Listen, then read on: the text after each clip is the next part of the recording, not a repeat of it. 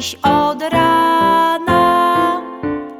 Fioletową trawkę, liście, słońce także oczywiście.